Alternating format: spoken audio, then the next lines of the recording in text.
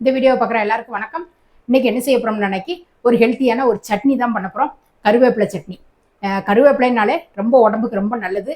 முடி வளர்ச்சிக்கு, கண்ணுக்கு, இது எல்லாத்துக்குமே ரொம்ப நல்லதுன்னு சொல்லுவாங்க. இந்த கருவேப்பிலையை வந்து நீங்கள் வெறுமனே கருவேப்பிலை பொடியோ இது மாதிரி பண்ணி கொடுத்தீங்கன்னு நினைக்கி பசங்க வந்து சாப்பிட மாட்டாங்க. இந்த கருவேப்பிலையோட நல்ல சின்ன வெங்காயம், காஞ்ச மிளகா, தனியா, இந்த மாதிரி இதெல்லாத்தையும் மல்லி, அதாவது தனியாங்கிறது முழு மல்லி, இந்த மாதிரி இதெல்லாம் சேர்த்து வறுத்துட்டு வதக்கி அரைச்சோம் அப்படின்னு நம்ம நினைக்கி அந்த கருவேப்பிலையோட ஃப்ளேவர் மட்டும் இருக்கும். அதோட தொகுப்பு ஒரு மாதிரி தோப்பு மாதிரி இருக்கும். அந்த இதுவும் லைட்டான ஒரு கசப்பு தன்மை இருக்கும் கருவேப்பிலையில. அந்த ரெண்டுமே அந்த சட்னியில இருக்காது. இந்த மாதிரி எல்லாத்தையும் வதக்கி வச்சுட்டு அரைக்கிறத எப்படிங்கிறத பார்ப்போம். சட்னி அரைக்கிறதுக்கு ஃபர்ஸ்ட் தேவையான பொருளை சொல்லிடுறேன். 1 ஸ்பூன் கிட்ட மல்லி, ஒரு 1/2 ஸ்பூன் இல்லைன்னா 3/4 ஸ்பூன் கிட்ட, அரை இல்லைன்னா முக்காவுக்கும் கொஞ்சம் கம்மியாகவே, முக்காவுக்கும் கொஞ்சம் கம்மியாகவே எடுத்துக்கணும் உளுத்தம்பருப்பு. உளுத்தம்பருப்பு வந்து நிறைய போடக்கூடாது. ஏன்னு கேட்டோம்னா அன்னைக்கு சட்னி வந்து வலுவலுன்னு ஆகிடும்.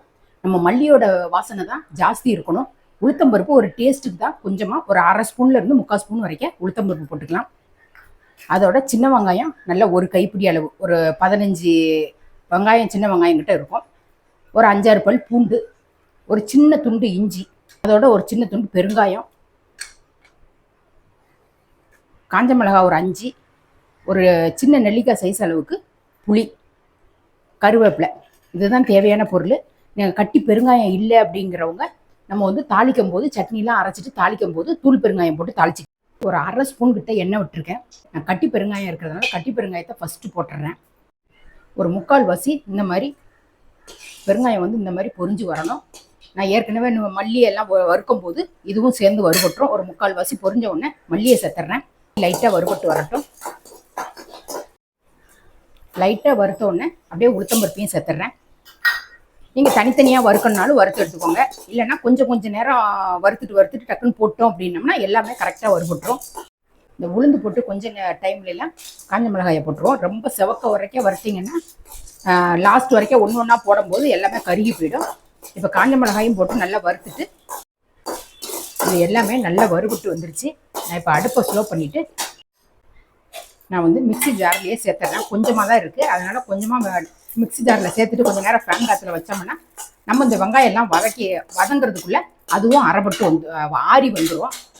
திருப்பி அதே கடாயில் ஒரு ஸ்பூன் கிட்ட எண்ணெய் சேர்த்துருக்கேன். வெங்காயம், பூண்டு, நல்ல இஞ்சி வந்து நிறைய சேர்க்காதீங்க, அப்போவே சொல்ல மறந்துட்டேன். இஞ்சி வந்து இந்த மாதிரி ஒரு சின்ன துண்டு தான். நான் 4 பேர்த்துக்கு உள்ள சட்னி தான் அரைக்கிறேன். ஒரு சின்ன துண்டு இதை 2ஆக கட் பண்ணி போட்டுக்கிறேன். நான் இஞ்சியும் இந்த மாதிரி பொடியாகவே கட் பண்ணிக்கிட்டேன்.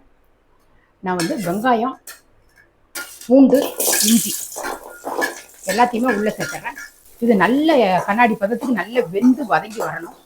இந்த அளவுக்கு வதங்கினோடனே கருவேப்பிலை நல்ல ஒரு கைப்பிடி அளவுக்கு, ஒரு கைப்பிடியோட ஜாஸ்தியாக தான் எடுத்துருக்கேன் கருவேப்பிலை. அதையும் போட்டு நல்ல எண்ணெயிலேயே நல்ல பிரட்டி வதக்கி விட்டுறலாம். அதோட கொஞ்சமாக நான் நெல்லிக்காய் சைஸ் புளி வச்சுருந்தேன், சின்ன நெல்லிக்காய் சைஸ் புளி வச்சுருந்தேன், அதையும் உள்ளே போட்டுறேன். நல்லா வதங்கி வரட்டும். இந்த கருவேப்பிலையும் இந்த அளவுக்கு வதங்கின உடனே இப்போ அடுப்பை ஆஃப் பண்ணிவிட்டு இதையும் ஒரு பிளேட்டில் கொட்டி ஆற வச்சிடலாம். ஃபஸ்ட்டு மிக்ஸி ஜாரில் ஆற வச்சதை ஒரு 1/2 ஸ்பூன் கிட்ட உப்பு சேர்த்துட்டு இதை வந்து தண்ணி ஊற்றாமல் ஃபஸ்ட்டு வந்து ட்ரையாக அரைச்சி எடுத்துகிட்டு வந்துடுவோம். இந்த மாதிரி பவுடராக அரைச்சி எடுத்துகிட்டு வந்துட்டேன். நான் ஏற்கனவே கருவேப்பிலை, வெங்காயம் எல்லாத்தையுமே ஆற வச்சுருந்தேன். அதை வந்து இப்போ மிக்ஸி ஜாரில் சேர்த்துறேன். தண்ணி ஊற்றாமல் ஒரு தடவை அரைச்சிட்டு அதுக்கப்புறமா திருப்பி கொஞ்சமாக தண்ணி சேர்த்து, உங்களுக்கு துவையல் பக்குவத்தில் வேணும் அப்படின்னம்னா நல்லா கெட்டியாக எடுத்துக்கோங்க. சட்னி பக்குவத்தில் வேணும்னா கொஞ்சம் தண்ணி சேர்த்து நல்லா அரைச்சி எடுத்துக்கோங்க. இப்போ வந்து இந்த கருவேப்பிலை சட்னியை வந்து இந்த மாதிரி அரைக்கணும். ரொம்ப வலுவலுன்னு அரைக்கக்கூடாது. என்றைக்குமே சட்னி வந்து ரொம்ப வலுவலுன்னு அரைச்சா டேஸ்ட் இருக்காது. கொஞ்சம் அப்படி திரியாக இருக்கிற மாதிரி தான் அரைக்கணும். இப்போ அரைச்சி எடுத்துகிட்டு வந்துட்டேன். தாளிக்கிறதுக்கு வந்து ஒரு 1/2 ஸ்பூன் கிட்ட எண்ணெய் விட்டுருக்கேன். கடுகு, உளுத்தம்பருப்பு, ஒரு கொத்து கருவேப்பிலை, இப்போ அரைச்சி வச்ச சட்னியை வந்து உள்ளே சேர்க்குறேன். நல்லா இதோட கொஞ்சமாக மிக்ஸி கழுவின தண்ணி தான் சேர்க்குறேன். நான் வந்து தோசைக்கு தொட்டு சாப்பிட்ற மாதிரி தான் சட்னி வைக்கிறேன். அதனால் கொஞ்சமாக நான் தண்ணி சேர்த்துக்கிட்டேன். இது வந்து சாதத்தோடையும் பிசைஞ்சு சாப்பிட்றதுக்கு ரொம்ப நல்லாயிருக்கும். இதில் வந்து நம்ம மல்லிலாம் சேர்த்துருக்கிறதுனால கருவேப்பிலையிலையும் நிறைய மருத்துவ குணம் இருக்குது. அதே மாதிரி நம்ம தனியா, அதாவது முழு மல்லியிலையும் நல்ல பித்தம், வாந்தி, மயக்கம் இந்த மாதிரி இதெல்லாம் இருக்கிறவங்களுக்கு இந்த மாதிரி ஒரு சட்னி செஞ்சு சாப்பிடும் போது கருவேப்பிலையிலையும் நம்ம பூண்டு வெங்காயம் அதுவும் சின்ன வெங்காயம் சேர்த்து செய்யும் போது தான் இதோட டேஸ்ட்டு ரொம்ப நல்லாயிருக்கும். நான் முக்கால்வாசி எங்கள் வீட்டில் வந்து சின்ன வெங்காயம் தான் நிறைய யூஸ் பண்ணுவோம். பெரிய வெங்காயத்தை விட சின்ன வெங்காயம் டேஸ்ட்டு தான் ரொம்ப நல்லாயிருக்கும். இந்த சட்னி வந்து ரெடி ஆயிடுச்சு. அடுப்பை ஆஃப் பண்ணிடுறேன். கருவேப்பிலை சட்னி எப்படி அரைச்சோங்கிறத பார்த்துருப்பீங்க.